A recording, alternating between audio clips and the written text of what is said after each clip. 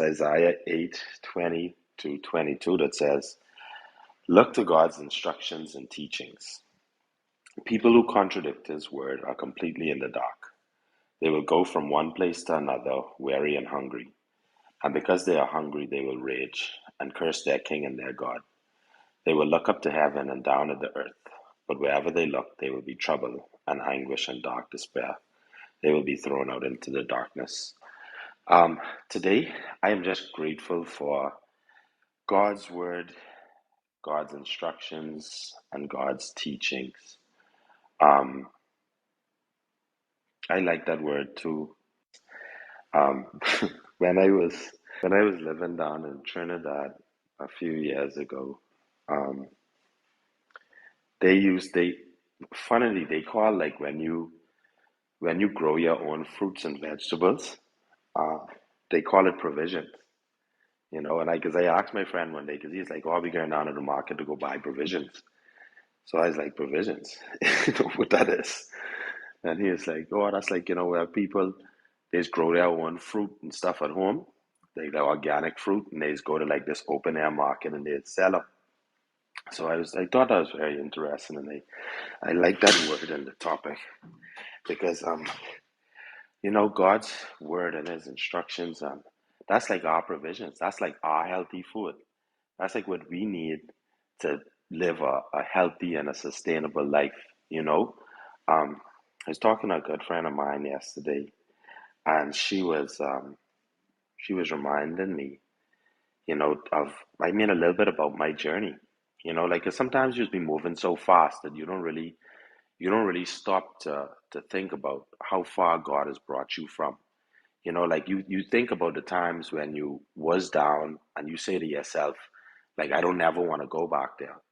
But like in our haste to continuously move forward, like sometimes we don't really stop and look right back and be like, boy, I come from this, but this happened and this happened and this happened and this happened. And then sometimes you have to like sort of just stop and realize that it was an entire process, but it was a process that involved God along the way. Like it was a journey when we started this room. It was a journey, like it just keep getting a little bit better. You learn a little bit more, like you just keep consuming like His provisions, like His word and His instructions. And but no, let me not say but the most important part of the journey was obedience. Like obedience was and is the most important part of the journey in my mind, because God has speak to us through so many different things and so many different ways. Like he doesn't just come out there and just tell us. Like sometimes He shake the tree now. He tell you, hey, your instructions will come directly through someone. Someone will call you out the blue or something and give you like instructions, and He's be direct sometimes. But a lot of times, all throughout our day, we just be getting little updates, little updates on how to do. But it's how we observe these things. It's how we live. It's like how you notice the little small things around you. Like you could just be walking somewhere and you notice how two animals operating together. You see a dog and a cat who is friends. That could be an instruction from God for, how you need to be friends with somebody that you wouldn't normally be aligned with.